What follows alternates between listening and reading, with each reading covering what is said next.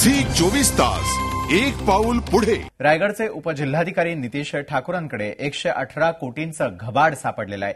ठाणे लाचलुचपत विभागानं 26 ठिकाणी जप्तीची कारवाई सुरू केलेली आहे। मुंबईसह कोकणभर ठाकूरची काळी माया पसरलेली आहे। त्याच्या कुटुंबियांविरोधात अलिबाग पोलीस ठाण्यामध्ये गुन्हा नोंदवण्यात आलेला आहे। यामध्ये नितीश ठाकूर, पत्नी मिनल, आई छाया, भाऊ निलेश यांच्या विरोधात गुन्हा नोंदवण्यात आलेला आहे। गेल्या 6 महिन्यांपासून ते सीक लिव्हवरती आहेत। मुंबई, ठाणे, नवी मुंबई, रायगड, रत्नागिरी, सिंधुदुर्ग जिल्ह्यातील 26 ठिकाणच्या बेनामी मालमत्तेवरती अखेर छापे टाकण्यात आलेले आहेत। रायगडच्या उपजिल्हाधिकाऱ्याकडे 118 कोटींचं घबाड सापडलेलं आहे। मात्र गेल्या 6 महिन्यांपासून ते सीक लिव्हवरती आहेत। लाचलुचपत विभागाची 26 ठिकाणी जप्तीची कारवाई अखेर सुरू झालेली आहे।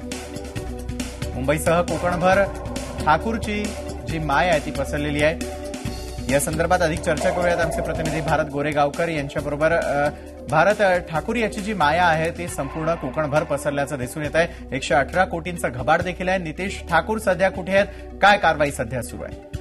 विशाल, अगदी खरं आहे। नितीश ठाकूर उपजिल्हाधिकारी 1988 पासून हा माणूस सरकारी सेवेमध्ये नोकरी करतोय।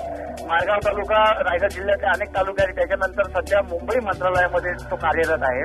1988 पासून 2010 पर्यंत नितीश जनार्दन ठाकूर याच्यासह त्याच्या नातेवाईकांच्या नावावरती बेनामी मालमत्ता असल्याची तक्रार रायगड लाचलुचपत प्रतिबंधक खातं आणि ठाणे यांच्याकडे गेली होती आणि त्याच्या अंतर्गत तपास केल्यानंतर 118 कोटी 39,22,816 इतक्या मोठं घबाड नितेश ठाकूर, मिनल ठाकूर, छाया जनार्दन ठाकूर आणि निलेश ठाकूर या चौघांच्या नावावरती मिळालेली आहे।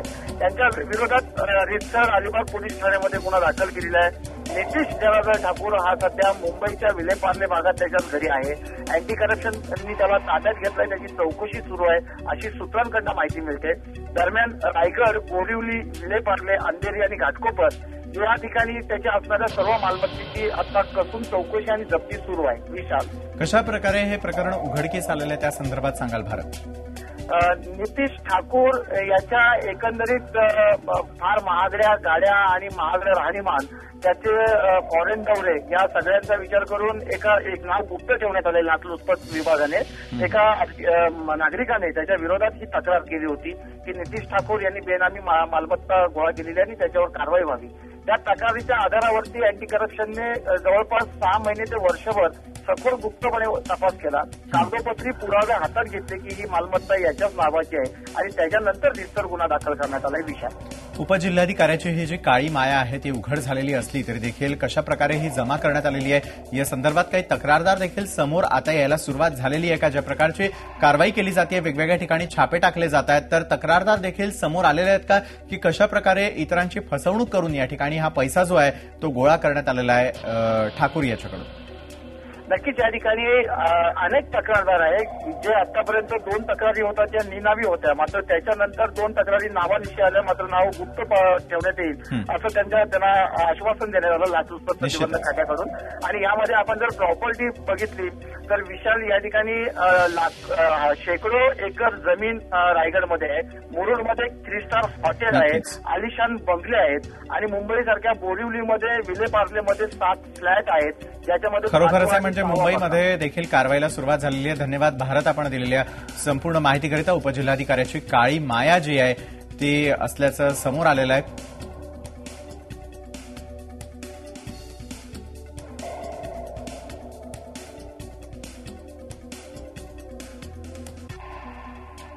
आणि आता पाहूयात नितीश ठाकूरची काळी संपत्ती जी मुंबईपासून कोकणभर पसरलेली आहे। उपजिल्हाधिकारी नितीश ठाकूरकडे 118 कोटींची माया सापडलेली आहे। मुंबई, रायगडसह कोकणात मोठी मालमत्ता असल्याचं देखील तपासात निष्पन्न झालंय। पार्ल्यामध्ये 2 मजल्यांचा एक फ्लॅट आहे। पार्ल्यामध्ये ठाकूरचे आणखी 2 फ्लॅट असल्याचं देखील उघड झालेलं आहे। अंधेरीमध्ये पत्नीच्या नावावर 2 फ्लॅट आहेत।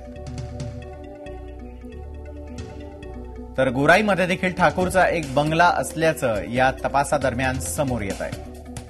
बोरिवलीमध्ये योगानंद सोसायटीमध्ये एक फ्लॅट, कांदिवलीमध्ये भावाच्या नावावर एक फ्लॅट, तर कांदिवलीत सम सिटी बिल्डिंगमध्ये देखील फ्लॅट आहे. समतानगर घाटकोपर इथं ऑफिसच्या जागा देखील ज्या आहेत, त्याचबरोबर गोराई म्हाडा कॉलनीमध्ये 3 दुकानं असल्याचं उघड झालेलं आहे. तर श्री कॉलनीमध्ये तळमजला आणि दुकानाचा गाळा अशा प्रकारची ही काळी माया या उपजिल्हाधिकाऱ्याकडे आहे. बेडखडे आणि चिखली इथं देखील 2 फार्म हाऊसेस आहे. उपजिल्हाधिकाऱ्याची ही काळी माया संपता संपत नसल्याचंच दिसतंय.